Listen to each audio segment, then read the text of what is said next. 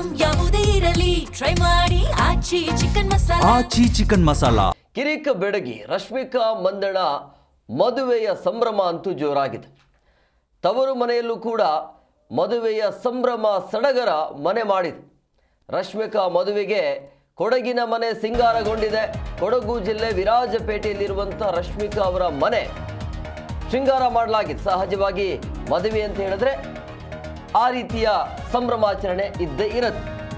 ಚಪ್ಪರ ಮನೆಯ ಬಾಗಿಲುಗಳಿಗೆ ಹೂವಿನ ಅಲಂಕಾರ ಮಾಡಲಾಗಿದೆ.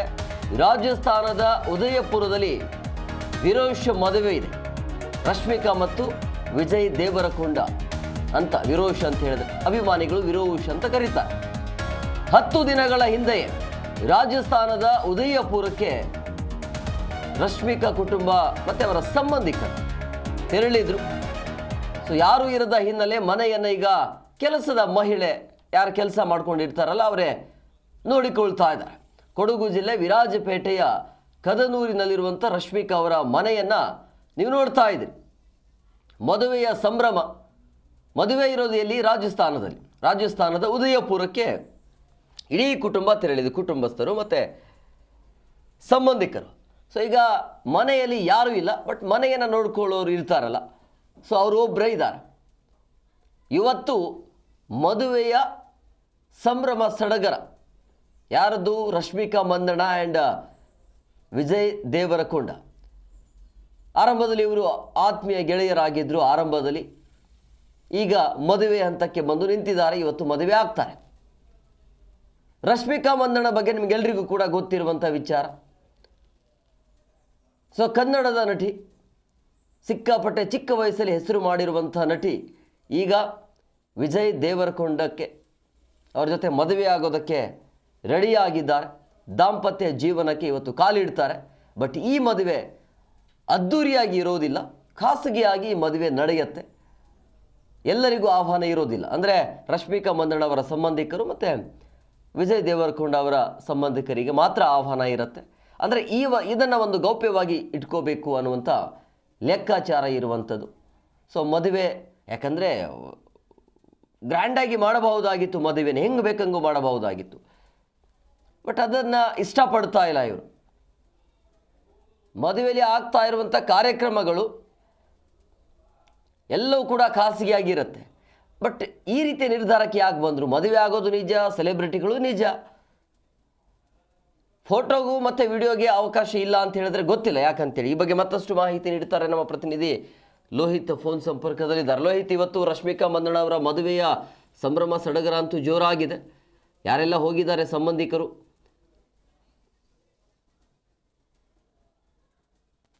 ಕಿರಿಕ ಪಾರ್ಟಿ ಚಿತ್ರದ ಮೂಲಕ ತೆರೆಗೆ ಬಂದಂತರು ಕೊಡಗಿನ ಬೆಡಗಿಯಾಗಿರುವಂತಹ ಈ ರಶ್ಮಿಕಾ ಮಂದಣ್ಣ ಮನೆಯಲ್ಲಿ ತವರು ಮನೆಯಲ್ಲಿ ಒಂದು ರೀತಿಯಲ್ಲಿ ಮದುವೆಯ ಸಡಗರ ಮನೆ ಮಾಡಿದೆ ಅಂತಾನೆ ಹೇಳ್ಬೋದು. ಕೊಡಗಿನಲ್ಲಿ ಹುಟ್ಟಿ ಬೆಳೆದಂತ ಅವರ ತವರು ಮನೆ ಏನಿದೆ, ಕೊಡಗು ಜಿಲ್ಲೆ ವಿರಾಜಪೇಟೆಯ ಒಂದು ಕದ್ನೂರ್ನಲ್ಲಿರುವಂತಹ ಮನೆ ಏನಿದೆ, ಈ ಮನೆಯನ್ನ ತಳಿರು ತೋರಣಗಳಿಂದ ಸಿಂಗಾರಗೊಳಿಸಿರುವಂತದ್ದು, ಮನೆಯ ಮುಂಭಾಗಕ್ಕೆ ಹೂವಿನ ಅಲಂಕಾರವನ್ನ ಮಾಡಿರುವಂತದ್ದು. ಸದ್ಯ ಕೊಡಗಿನಲ್ಲಿ ಯಾವುದೇ ರೀತಿಯ ಒಂದು ಮದುವೆಯ ಒಂದು ಕೇವಲ ಮನೆಯಲ್ಲಿ ಮಾತ್ರ ಮನೆಯನ್ನ ಸಿಂಗಾರ ಮಾಡಿರುವಂತದ್ದು. ಕಳೆದ 10 ದಿನಗಳ ಹಿಂದೆಯಷ್ಟೇ ಆಕೆಯ ಕುಟುಂಬ ಏನಿದೆ ಇದು ಉದಯಪುರಕ್ಕೆ ತೆರಳಿರುವಂತದ್ದು. ಅಂದ್ರೆ ಈಗ ಸಂಬಂಧಿಕರು ಎಲ್ಲರೂ ಕೂಡ ಮದುವೆಯ ಒಂದು ರಾಜಸ್ಥಾನಕ್ಕೆ ತೆರಳಿರುವಂತದ್ದು. ಆದ್ರೆ ಇದೀಗ ಆ ಮನೆಯಲ್ಲಿ ಮನೆ ಏನಿದೆ, ಅವರ ತವರು ಮನೆ ಏನಿದೆ, ಇಲ್ಲಿ ಒಂದು ಮನೆಯ ಕೆಲಸಕ್ಕೆ ಆ ಮನೆಯನ್ನು ನೋಡ್ಕೊಳ್ತಿರುವಂತ. ಸದ್ಯ ಹೇಳುವ ಮಟ್ಟಿಗಾದ್ರೆ ಏಪ್ರಿಲ್ ನಲ್ಲಿ ಕೊಡಗಿನ ಜನತೆಗೆ ಒಂದು ಔತಣಕೂಟದ ವ್ಯವಸ್ಥೆಯನ್ನು ಮಾಡಲು ಕೂಡ ಈಗ ರಶ್ಮಿಕಾ ಮಂದಣ್ಣ ಕುಟುಂಬ ಮುಂದಾಗಿದೆ ಅಂತಾನೆ ಹೇಳ್ಬೋದು. ಸದ್ಯ ಕೊಡಗಿನಲ್ಲಿ ಯಾವುದೇ ರೀತಿಯ ಕೇವಲ ಮನೆಯಲ್ಲಿ ಮಾತ್ರ ಈ ಒಂದು ಮದುವೆಯ ಸಡಗರ ಕಂಡು ಬರ್ತಿರ್ತಕ್ಕಂಥದ್ದು. ಹೇಮಕುಮಾರ್.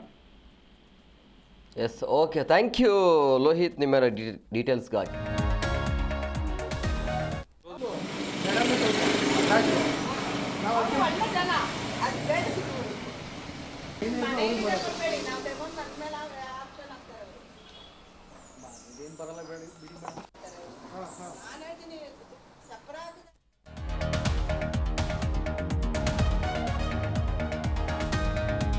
ಇವತ್ತು ಹಸೆಮಣೆ ಏರಲಿದ್ದಾರೆ ಗೀತಾ ಗೋವಿಂದ ಜೋಡಿ. ನಿನ್ನೆ ಹಳದಿ ಶಾಸ್ತ್ರ ಇತ್ತು, ಇವತ್ತು ಮದುವೆ.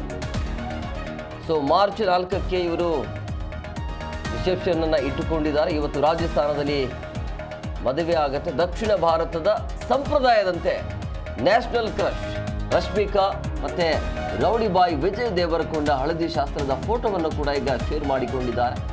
ನ್ಯಾಷನಲ್ ಕ್ರಶ್ ರಶ್ಮಿಕಾ ಮಂದಣ್ಣ ಮತ್ತು ರೌಡಿ ಬಾಯ್ ಅಂತ ಕರೀತಾರೆ ವಿಜಯ್ ದೇವರಕೊಂಡ. ಸೊ ನಿನ್ನೆ ಮೆಹಂದಿ, ಇವತ್ತು ಹಳದಿ ಶಾಸ್ತ್ರ, ಅದರ ಜೊತೆಗೆ ಮದುವೆ. ಸೊ ಹಂಗಾಗಿ ದಾಂಪತ್ಯ ಬದುಕಿಗೆ ಕಾಲಿಡ್ತಿದ್ದಾರೆ ಜೋಡಿ. ರಾಜಸ್ಥಾನದ ಉದಯಪುರದಲ್ಲಿ ಅತ್ಯಂತ ಖಾಸಗಿಯಾಗಿ ಇಬ್ಬರ ಮದುವೆ ನಡೀತಾ ಇದೆ.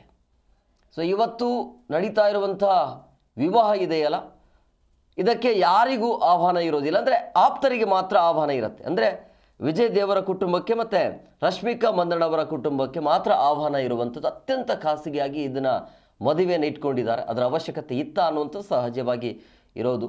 ಮಾಧ್ಯಮದವರಿಗೆ ಅವಕಾಶ ಇರೋದಿಲ್ಲ. ಅಲ್ಲಿ ಫೋಟೋಗ್ರಾಫರ್ ಇರ್ತಾರಲ್ಲ, ಅವರಿಗೂ ಕೂಡ ಅಲ್ಲಿ ಫೋಟೋಗ್ರಾಫರ್ನ ಕೂಡ ತೆಗಿಯೋಕ್ಕೆ ಅವಕಾಶ ಇರೋದಿಲ್ಲ. ಅಲ್ಲಿ ಗೊತ್ತಿಲ್ಲ, ಅದು ಅವರ ವೈಯಕ್ತಿಕ ವಿಚಾರ ಏನೇ ಇರಲಿ. ಬಟ್ ಈ ರೀತಿಯ ನಿರ್ಧಾರವನ್ನು ತೆಗೆದುಕೊಂಡಿದ್ದಾರೆ. ಕುಟುಂಬ ಸದಸ್ಯರು ಮಾತ್ರ ಭಾಗಿಯಾಗಬೇಕು ಅನ್ನೋದು. ಅದಾದ ನಂತರ ಹೊರಗಡೆ ಬಂದು ಮತ್ತೊಂದಿನ ರಿಸೆಪ್ಷನಲ್ಲಿ ಇಟ್ಕೋಬಹುದು ಮಾರ್ಚ್ 4ಕ್ಕೆ ಅಂತ ಹೇಳಲಾಗ್ತಾ ಇದೆ. ಹೈದರಾಬಾದ್ನಲ್ಲಿ ಅದ್ದೂರಿಯಾಗಿ ರಿಸೆಪ್ಷನ್ ಪ್ಲಾನ್ ಮಾಡಿದ್ದಾರೆ. ಸೊ ಹಂಗಾಗಿ ಆವಾಗ ಆ ಟೈಮಲ್ಲಿ ಗಣ್ಯರಿಗೆ ಅವಕಾಶ ಇರಬಹುದು.